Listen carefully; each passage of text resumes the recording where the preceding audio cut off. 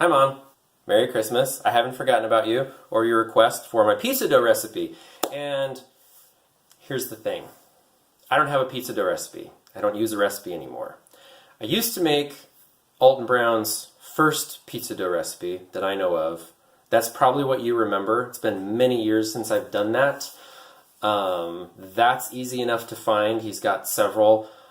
They're all excellent. But here's the thing, I just don't like to take the time to weigh everything. It's got like you put in a chewable aspirin in it. Like, I just like to do stuff by eye. Now that I've done enough baking, I've kind of got a feel for it. So I will show you how I do it. There are three things that I think are really important with baked goods. The first is having the right ratio of moisture to flour. And whenever I have followed a recipe exactly, the dough is much stickier. It's much wetter than I would make it on my own. It's just too easy to keep putting more flour in, so it's nice to handle, but then the dough is too dense and too hard. Second, putting enough salt in. If I were to just put in what would seem right to me, it's not enough salt. It won't taste right. And then thirdly, working the dough by hand or machine enough so that the dough window panes, and then you know the gluten's worked up enough and it's activated, and then you get that nice hearty chewy pizza dough. If you do those three things, it'll be great. If you skip out on those,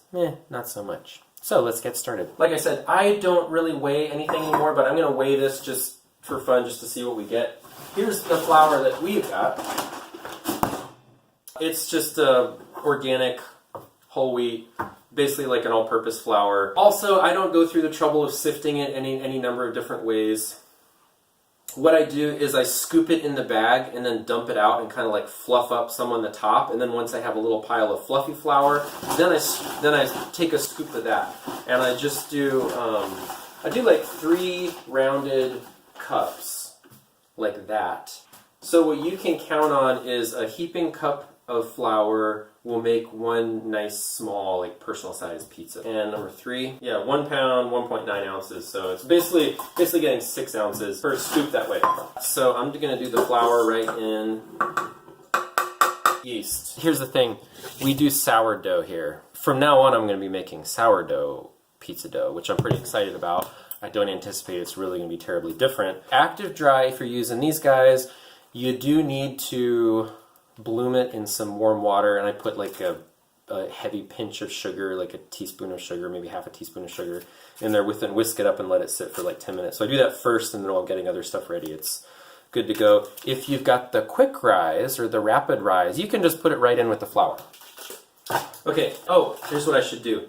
I'm going to set my electric kettle going. Oh, salt. For this much flour, what I do, this is a tablespoon, and you can see that's how much I fill it. It's like 2/3 of a tablespoon, which would be 2 teaspoons. And this is a sea salt. This is kind of different. I've been putting molasses in all my flours recently. I don't know what it does or doesn't do. I don't know what it's going to be like in the pizza dough. I'm not going to put a lot in the pizza dough, but I'm going to put a little bit in, and my sense is that it makes the little yeast beasties happy. I have nothing to base that on. Maybe it just makes me happy. I like molasses. We go way back. That's just, that's like a teaspoon. Oh, that's too hot. I can hear the water going. Oh, that's too hot. Sorry. So that's, what, like 11 or 12 ounces of water. I just walked over here to show this to you. I don't know why I did that. It's just water. You can't see it anyways, because if I tip it, it'll fall out. That was like 12 ounces of water. I think that might have been a little bit too much water. 3 heaping cups of flour, then I do 1.5 cups of water. So we'll mix it, if I need to add a little more of this, a little more of that, whatever, that's fine. So then we just get this puppy going here. Easy. And I'll just keep checking in on it. Let's take a look. Obviously, I gotta help that out a little bit.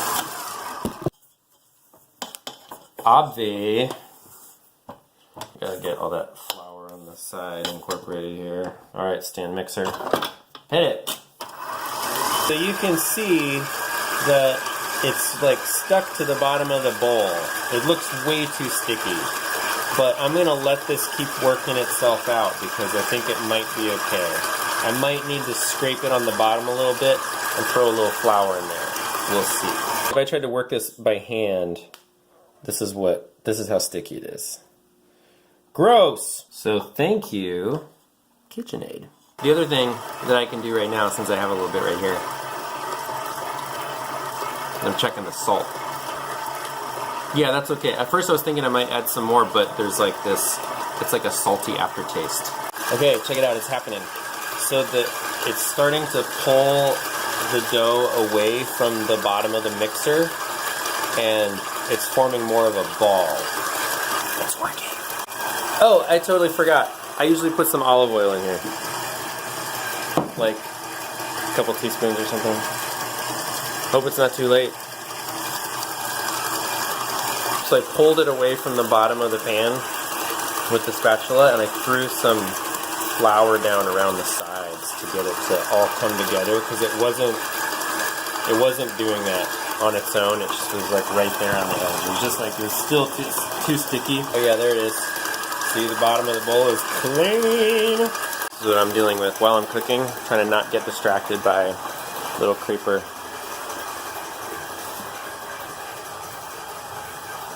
The stand mixer's been going for almost 20 minutes at this point. Got a little piece of dough, and here's the window pane test. Is you want to stretch it, and you want to try to be able to see light through it. Oh, you can't see it from that. You can there's like light coming through it a little bit. So this is like the beginning.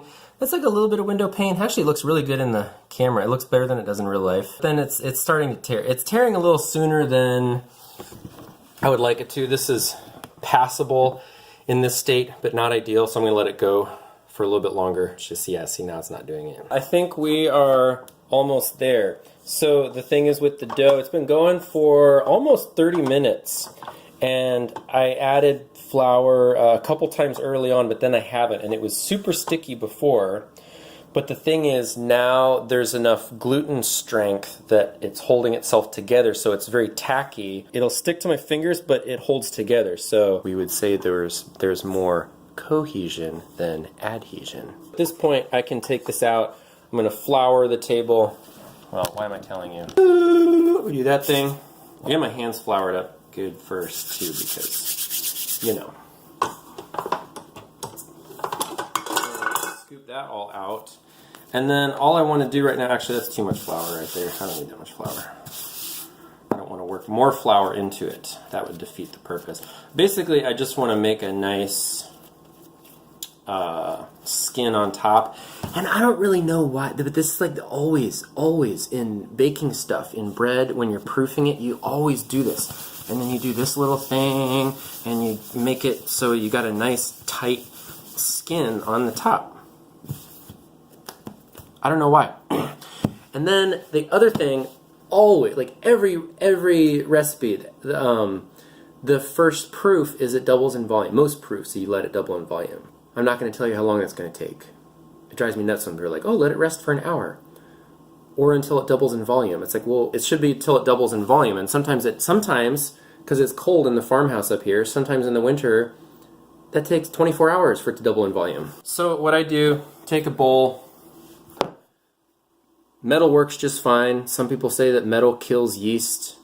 I have yet to see any real science behind that, or I have yet to see this not work. If this doesn't work, well, it'll work. It's going to be fine. So then I get that oily, and then I flip it over so the skin's on top. This is what I do. This is kind of weird. But I put my hand on it, and then I say, about there's doubled. And I just kind of like have the muscle memory to remember how big that feels and how big that looks in the bowl. And then I just wait for it to do that.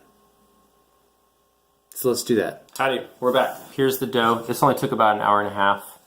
It's nicely proofed, doubled in volume, maybe a little bit more. So our job now is to separate this into the individual sizes that are going to comprise the individual pizzas. And it needs a bench proof. So we can either shape it out into like the pizza shape, or we can just separate it and work it back into little balls and let those proof, and then do a roll out before actually making the pizza. I think I'm just gonna shape them. I haven't really planned out what. Here we go. So I floured my hands. Just gonna pull this back from the bowl, carefully making sure it's not sticking anywhere. It's not. Came out perfectly. Degas. I like to just keep working it in that, keep going in the same direction that I have been.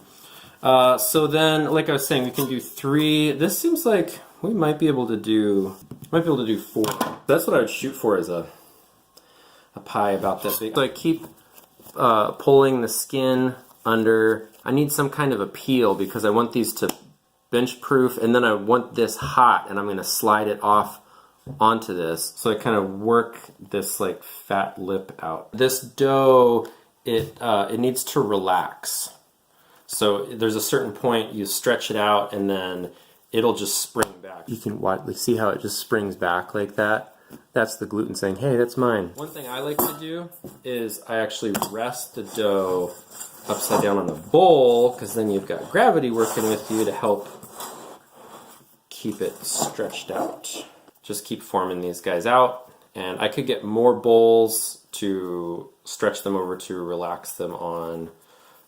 You can do it on the countertop too. It just takes a little more time because they will spring back. And if you're letting these proof and they're drying out on the surface, you can oil them, or you can get a spritz bottle with good clean water and just mist the surface lightly. I prefer to do that instead of plastic wrap, because I like dolphins and sea turtles to be alive and not choking on plastic wrap. There's some nice window pane going on right there.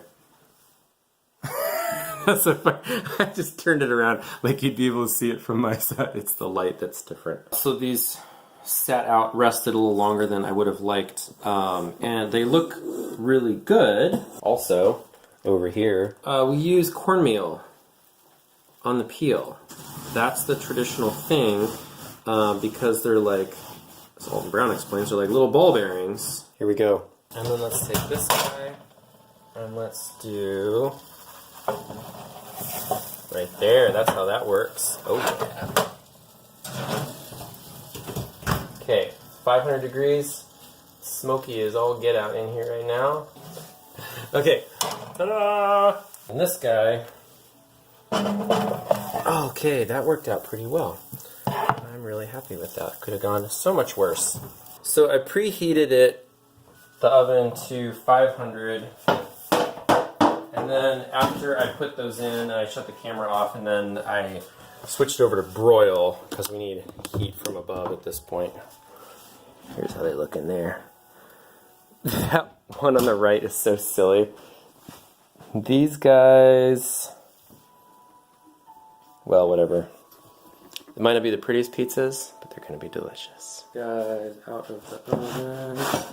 And there's that one.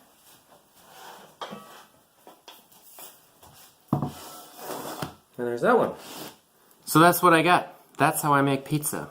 Hope this was useful. Hope it inspired you. I'm going to pour myself a cup of our farm pressed cider and enjoy some pizza. Merry Christmas to you and everyone else out there in YouTube land. I'll see you next time.